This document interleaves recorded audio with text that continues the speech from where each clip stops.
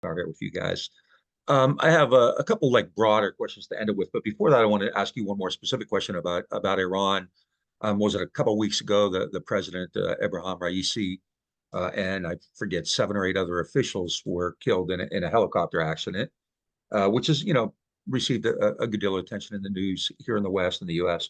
And there are a lot of conspiracy theories about it, why it happened. Or I don't know if you wanted to speak to those or not, but just kind of what do you think the impact of this is? I know in the Western press, Raisi was always portrayed as kind of a really hardcore hardliner who cracked down on reform, and I guess he initiated the repression against the women. So you want to just kind of talk about him and what do you think happened and where Iran is headed after this? Yeah, I mean, obviously, it was Ebrahim Raisi was in his first term, and he obviously plummeted to his death in this helicopter accident, along with the foreign minister Hossein Abdullahian and the governor of East Azerbaijan province in Iran, and the Friday prayer leader of Tabriz, so a major city in Azerbaijan, and they had gone to the Republic of Azerbaijan in order to inaugurate kind of, I think, a new dam project where he met the president of Azerbaijan there. And also on the way back, they crashed, and then there was this sort of search and rescue effort, and as it turned out, nobody survived. I haven't seen any evidence to support that this was anything but an accident. And similarly, the Iranian government from the very beginning, the Iranian state as a whole, from the very beginning, has pretty much held the line that this was an accident. And very quickly, even before Raisi was found, Ayatollah Khamenei, kind of the supreme leader of Iran, said that no matter what happens, business will carry on as usual. Which I think, there's good grounds to think that will be the case for various reasons. Raisi himself has a very, to say checkered past is probably would be a bit euphemistic.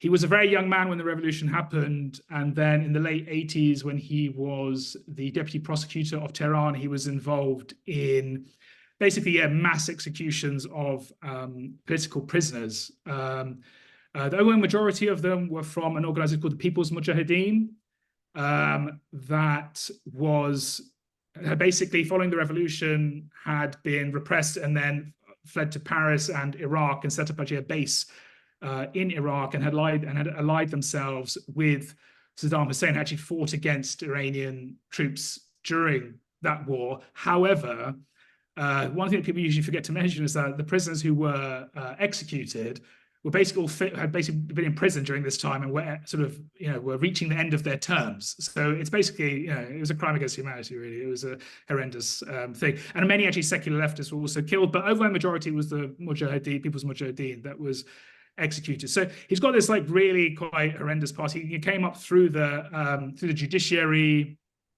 which is really one of the most repressive, reactionary, I think, institutions in the Iranian state. It's responsible for clamping down on journalists, critical clergymen, dissidents of all stripes. It's not a good institution.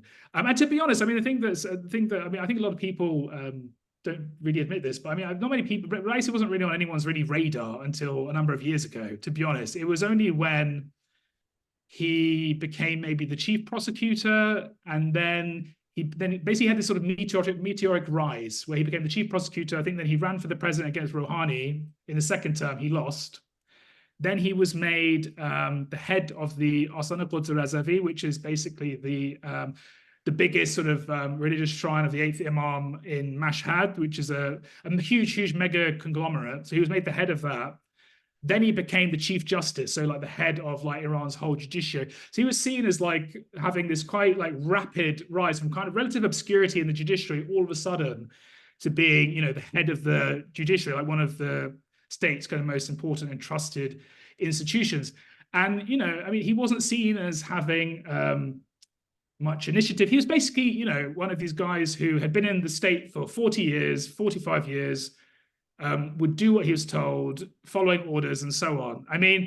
people have tried to make the case that he did pursue, along with, but I think this is probably more down to Abdullahian more than anything else, pursuing a kind of a more regional policy. So kind of obviously what happened to him, they had sort of détente with Saudi Arabia, which is very important, which I don't think would have happened without Ayatollah Khamenei saying that's fine. That just wouldn't be happening, in my view. Then obviously the Shanghai Cooperation Organization and the BRICS and all these sorts of things. But yeah, I mean, this whole kind of portrayal of Raisi as some kind of non-aligned sort of third worldist trailblazer is a bit ridiculous in my view. I mean, I think like Raisi was in the presidency for, it could be a bunch of reasons. We don't know. Anyone who says that they know is actually being not very honest in my view.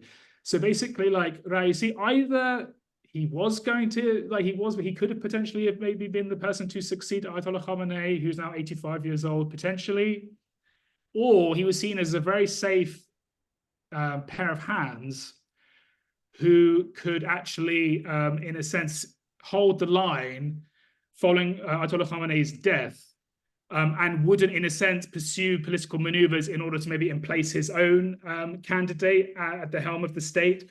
So a lot of this, I do think, does revolve around the succession to Ayatollah Khamenei, because I mean, in the presidential election where Raisi was elected, which basically saw the lowest turnout in the history of the Islamic Republic, which, to be honest, compared to Western states, it was just under 50%, but like, but still, it was the lowest ever.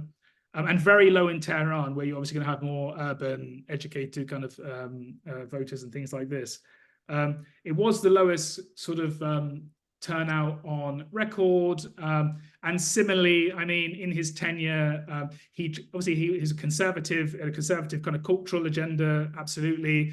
They passed like a law which was really sort of trying to tighten and increase the presence of what's called Gasht Irshad. So like what was often referred to in the West as the morality police. And obviously this led to the death of this woman, Mahsa Amini, in custody, which then sparked, you know, very significant protests across the country, which were then like quite brutally,